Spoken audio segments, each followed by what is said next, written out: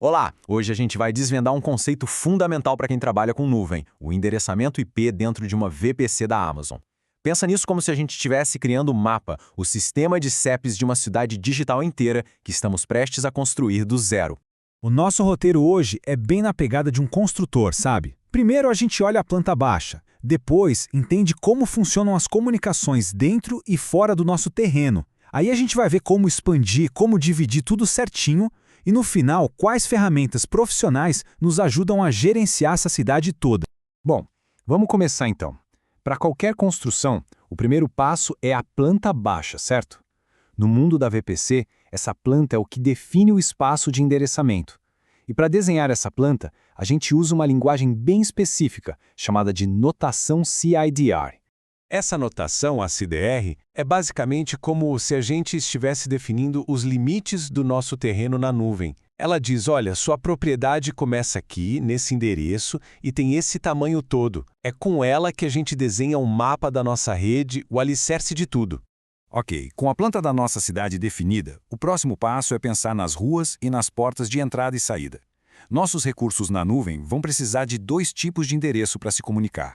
Um para conversar só entre eles lá dentro, que é o privado, e outro para falar com o mundo lá fora, o endereço público. E aqui a gente vê a grande sacada. Existe uma separação muito clara de funções. Os IPs privados são como os ramais de uma empresa, sabe? Servem para a comunicação interna segura dentro da VPC. Já os IPs públicos são o número de telefone principal, aquele que todo mundo de fora pode ligar. É a porta de entrada e saída para a internet. Então, o segredo aqui é que o IP público atua como uma espécie de máscara, uma fachada para o IP privado. Ele faz a tradução dos endereços, o famoso NAT. Isso é genial, porque permite que uma máquina que está lá segura, protegida dentro da VPC, consiga acessar a internet através de um gateway, mas sem nunca expor seu endereço de verdade. É uma camada de segurança fundamental. Agora tem um detalhe importante.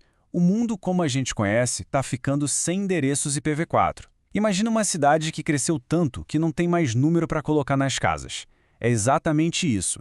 E a solução para esse problemão? Uma expansão gigantesca, um novo sistema de CEPs chamado IPv6. E essa tabela aqui mostra bem as diferenças.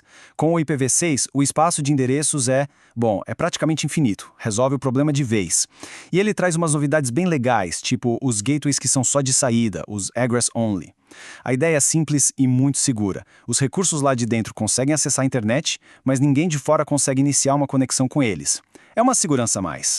E essa imagem aqui ilustra perfeitamente o que a gente chama de dual stack. É quando a nossa VPC fica bilíngue, sabe? Ela consegue falar tanto IPv4 quanto IPv6 ao mesmo tempo. E para cada língua, ela usa um caminho diferente para sair para a internet, um gateway específico. É o melhor dos dois mundos. Beleza, a gente já tem o nosso terreno gigante, a nossa planta baixa, mas não dá para construir uma cidade inteira num lote só, né? A gente precisa dividir em bairros, em ruas.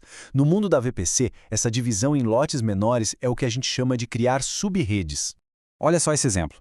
A gente pegou um bloco de endereços maior, o /24, e quebrou ele em dois pedaços menores, duas sub-redes /25. É uma divisão perfeita, sem que um bairro invada o outro. Isso permite organizar os recursos de forma lógica, por exemplo, um bairro para os bancos de dados, outro para os servidores web. Agora, uma dica de ouro para quem está planejando. Fiquem de olho nisso. Em toda sub-rede que a gente cria, a AWS já reserva 5 endereços IP para ela. Eles não podem ser usados, porque são para funções internas da rede, tipo roteamento, DNS, coisas essenciais. Então, na hora de calcular quantos recursos cabem ali, tem que sempre lembrar de subtrair esses 5. E se a nossa cidade crescer? Sem problemas, a VPC é flexível. Ela não está presa naquele primeiro terreno que a gente definiu. Dá para comprar terrenos vizinhos, ou seja, adicionar blocos CDRs secundários. Assim a cidade pode continuar crescendo de forma organizada. Mas aí surge um novo desafio. Quando a nossa cidadezinha vira uma metrópole. Gerenciar o trânsito, as permissões de acesso, quem pode entrar e sair de cada bairro, começa a ficar bem complicado. Manter todas as regras de segurança e as tabelas de rota em dia vira um trabalho de tempo integral. E a pergunta que fica é, como é que a gente simplifica esse gerenciamento todo, como manter a cidade organizada e segura sem enlouquecer com a complexidade? Pois é, a AWS pensou nisso. Eles criaram uma ferramenta fantástica, chamada Listas de Prefixos Gerenciadas. Pensa nisso como se fosse uma agenda de contatos ou um grupo de WhatsApp. Em vez de adicionar o número de cada pessoa individualmente numa regra, a gente só adiciona o nome do grupo. fica muito, mas muito mais fácil de gerenciar. E criar uma dessas listas é super simples. Olha só, a gente dá um nome para ela, diz quantas entradas no máximo ela vai ter, escolhe se é IPv4 ou IPv6 e pronto, é só adicionar os endereços. Com isso, um monte de regras complicadas viram uma única linha, um único objeto fácil de gerenciar. Resumindo, essa ferramenta é a resposta para o desafio do crescimento. Em vez de ter que ir de casa em casa, de regra em regra, mudando uma permissão, a gente simplesmente atualiza a lista, a nossa agenda de contatos, e essa mudança se aplica automaticamente em todos os lugares. É um ganho de tempo e de sanidade mental absurdo. Então, quando a gente entende esses conceitos todos, desde o bloco CIDR inicial até as listas de prefixos, o trabalho de desenhar uma rede muda completamente. Aquilo que parecia um bicho de 7 cabeças vira um processo criativo, estruturado. É como deixar de ser um pedreiro e virar um arquiteto de cidades inteligentes na nuvem. E a grande pergunta que fica é, agora, com essa planta em mãos, como esse conhecimento vai moldar a forma como as redes na nuvem são construídas?